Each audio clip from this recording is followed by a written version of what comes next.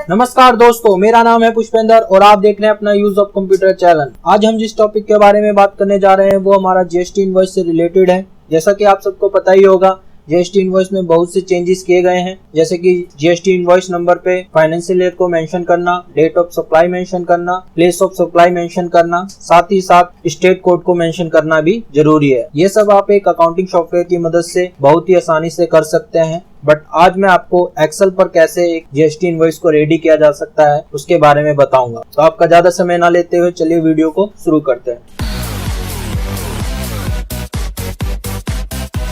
तो चलिए सबसे पहले मैं आपको जीएसटी इनवॉइस का जो फॉर्मेट है जो मैंने एक्सेल पे रेडी किया हुआ है वो आपको मैं दिखा देता हूं।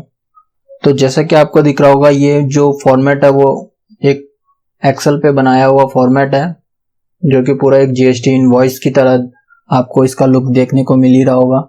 तो इसमें कुछ डिटेल्स हैं जो आपको अपनी फिल करनी होगी और बाकी आप ये फुल्ली ऑटोमेटिक है, आधा काम ये अपने आप ही करेगा। तो जैसे कि सबसे पहले आपको अपनी कंपनी की डिटेल्स, जो आपका नाम होगा कंपनी का, वो सबसे ऊपर आपको डालना होगा। उसके बाद आपका जो कंपनी का एड्रेस है वो यहाँ पे मेंशन करना होगा। उसके बाद यहाँ पे टेलीफोन नंबर और यहाँ पे आपको जीएसटी नंबर को मेंशन करना पड़ेगा। अगर आपके पास कोई लोगो है तो आप वो चाहो तो यहाँ पे लगा सकते हो, अदरवाइज आप इसको हटा भी सकते हो।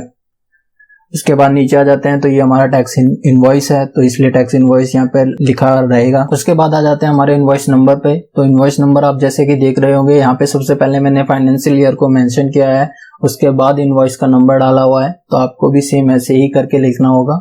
आप चाहो तो इनवॉइस नंबर का फॉर्मेट चेंज कर सकते हो, बट आपको ध्यान रखना है फाइनेंशियल ईयर को मेंशन करना जरूरी है। उसके बाद यहाँ पे डेट आ जाती है इनवॉइस की, तो आप चाहो तो किसी भी फॉर्मेट में रख सकते हो, उससे कोई इशू नहीं है। उसके बाद आ जाता है रिवर्स चार्ज का। अगर आपके इनवॉइस में रिवर्स चार्जेस एप्लीकेबल है तो यस करना है, अदरवाइज इसको नो ही रहने देना है। उसके बाद स्टेट, तो स्टेट की बात करते हैं। जहाँ पे आपकी कंपनी होगी वही स्टेट यहाँ पे आपको मेंशन करना होगा और साथ में ही उसका कोड यहाँ पे आपको मेंशन करना होगा। जो आपके जीएसटी नंबर के आगे के 2 डिजिट होते हैं वही हमारा स्टेट कोड होता है। उसके बाद आ जाते हैं यहाँ पे ट्रांसपोर्ट मोड में। तो ट्रांसपोर्ट मोड, जैसे कि अगर सपोज करो आप अपने जो गुड्स हैं अपने बायर तक पहुंचा रहे हो, वो किसके थ्रू पहुंचा रहे हो वो आपको यहाँ पे मेंशन करना पड़ेगा। कुरियर के थ्रू जा रहा है या फिर बाय सेल्फ या फिर कस्टमर खुद लेके जा रहा है, तो ये चीज आपको यहाँ पे मेंशन करनी पड़ेगी। उसके बाद आ जाता है व्हीकल नंबर। अगर आप खुद अपनी व्हीकल से उसको पहुंचा रहे हो तो यहाँ पे आपको व्हीकल नंबर अपना मेंशन करना पड़ेगा। उसके बाद आ जाते हैं डेट ऑफ सप्लाई। जिस डेट को वो गुड्स चाह रहे हैं उस डेट को यहाँ पे आपको मेंशन करना पड़ेगा। और यहाँ पे प्लेस ऑफ सप्लाई, जहाँ पर वो गुड्स चाह रहे हैं वो आपको यहाँ पे मेंशन करना पड़ेगा। उसके बाद आ जाते हैं बायर डिटेल्स में। तो सबसे पहले आप बायर का नेम, उसके बाद उसका एड्रेस आएगा। तो यहाँ पे शिप टू पार्टी जो है वो अपने पास ये ऑटो कैलकुलेट करेगा, क्योंकि जो चीज यहाँ पे आप यहाँ पे लिखोगे वो अपने आप यहाँ पे इसको उठा लेगा। अगर आप चाहते हो शिप टू पार्टी अगर जो अलग है, सपोज करो अगर कंपनी की जो ब्रांच है वो दिल्ली में और वो अपनी गुड्स चाहती है कहीं और, तो वो आपको यहाँ पे मेंशन करना पड़ेगा, वो खुद ही मैनुअली डालना पड़ेगा आपको। उसके बाद आ जाते हैं हम यहाँ पे जीएसटी नंबर पे। तो यहाँ पे जो बायर है उसका जीएसटी नंबर लिखना पड़ेगा। उसके नीचे यहाँ पे आपको उस बायर का जो स्टेट है, सपोज करो वो हरियाणा का है तो यहाँ पे आपको हरियाणा लिखना पड़ेगा। उसके बाद जिस स्टेट में वो रहता है उसका कोड यहाँ पे मेंशन करना पड़ेगा, जो कि आप उसके जीएसटी नंबर से भी ले सकते हो। और ध्यान रखें कि कोड को आपको, ये 2 कोड हैं जो बहुत ही इम्पोर्टेंट है इस इनवॉइस में। इसी से आपका ये जो सीजीएसटी और एसजीएसटी और आईजीएसटी है वो कैलकुलेट करेगा। सपोज करो जैसे कि अगर मैं यहाँ पे दिल्ली का कर देता हूँ 7, तो ये देखिए ये दोनों सेम होने के कारण क्या करा इसने, सीजीएसटी और एसजीएसटी कैलकुलेट कर लिया, आईजीएसटी नहीं कैलकुलेट किया। तो इस चीज को आपको ध्यान से मेंशन करना पड़ेगा। उसके बाद नीचे आ जाते हैं यहाँ पे जो ये प्रोडक्ट्स की डिटेल है वो आपको सेकंड जो पेज है इसका उस पर मिल जाएगी सीट पे। तो जैसे कि यहाँ पे आपको जैसे प्रोडक्ट नंबर 1 लिखा हुआ है, उसके बगल में उसका HSN लिखा हुआ है और यहाँ पे यूनिट, रेट और जीएसटी रेट, ये चीज आपको सेम टू सेम मेंशन करनी पड़ेगी अपनी आइटमों की।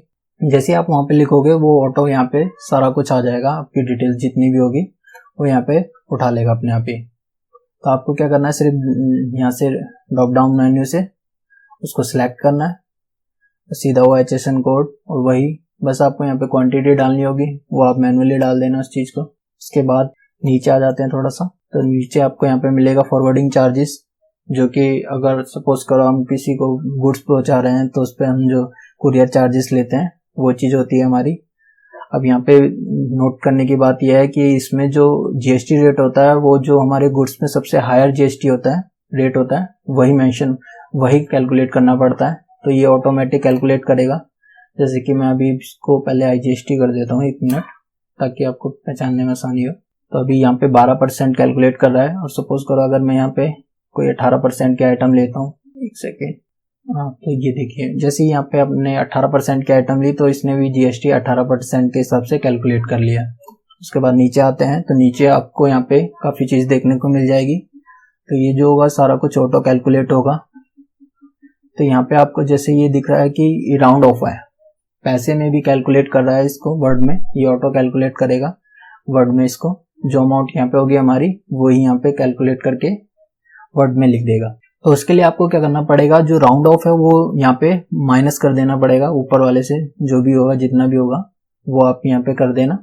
उसके बाद ये जो होगा पैसे में कैलकुलेट नहीं करेगा। उसके बाद जो आपकी बैंक डिटेल है जो मोस्ट इंपॉर्टेंट है वो आपको यहाँ पे मेंशन करनी पड़ेगी। जैसे कि यहाँ पे आपके बैंक का नाम, IFSC कोड, उसके बाद एड्रेस, पैन नंबर होता है आपकी कंपनी का, वो लिखना बहुत जरूरी है। उसके बाद आपको यहाँ पे अपनी कंपनी का नाम लिखना है। 4 के बाद फॉर कंपनी नेम जो लिखा हुआ है वहाँ पे आपको अपनी कंपनी का नाम लिखना है। 4 के बाद यहाँ पे आपके ऑथराइजेशन जो ऑथराइज सिग्नेटरी होगा उसके साइन होंगे यहाँ पे। और उसके बाद ये कॉमन एरिया है जहाँ पे आप अपनी स्टैंप जो होगी वो यहाँ पे लगाओगे। तो ये जो है फुल्ली ऑटोमेटिक जो इनवॉइस मैंने बनाई है।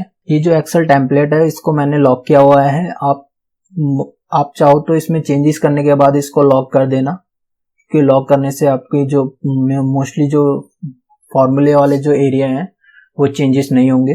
तो इससे क्या होगा, आपके फॉर्मूले जो लगे हुए हैं उसमें कोई एरर नहीं आएगा, जो कि आपके लिए सेफ भी है। इसके लिए मैंने आपको जो यहाँ पे पासवर्ड मेंशन किया हुआ है, ये पासवर्ड अब मैं बताता हूँ आपको कहाँ पे लगाना है। तो सबसे पहले आपको यहाँ पे अपने रिव्यू ऑप्शंस में जाना है और अनप्रोटेक्ट सीट पे क्लिक करना है और यहाँ पे आपको पासवर्ड डाल देना है। जैसे मैंने यहाँ पे डाला हुआ है पासवर्ड, तो यहाँ पे आपको दिखना अब ये सारे ऑप्शंस जो हैं अब सारे हाईलाइट होने लग गए हैं। तो आप चाहो तो यहाँ से चेंज कर सकते हो। अब लोगों को आप चाहो तो यहाँ से हटा भी सकते हो, डिलीट का ऑप्शन करके सीधा। आप चाहते हो तो इसको हटा ही देना क्योंकि ये तो जरूरी नहीं है। यहाँ पे आपको अपना लोगो लगाना है तो आपको यहाँ पे इंसर्ट में जाना पड़ेगा। इंसर्ट में जाने के बाद पिक्चर्स यहाँ से कोई भी अपनी डिवाइस से सिलेक्ट करके, ध्यान रखिए वो 4x4 के स्पेस में हो। ये आपको फॉर्मेट कैसा लगा आप मेरे को कमेंट बॉक्स में ज़रूर बताएं। और आपको कोई भी क्वेरी हो इससे रिलेटेड तो मुझे ज़रूर बताएं।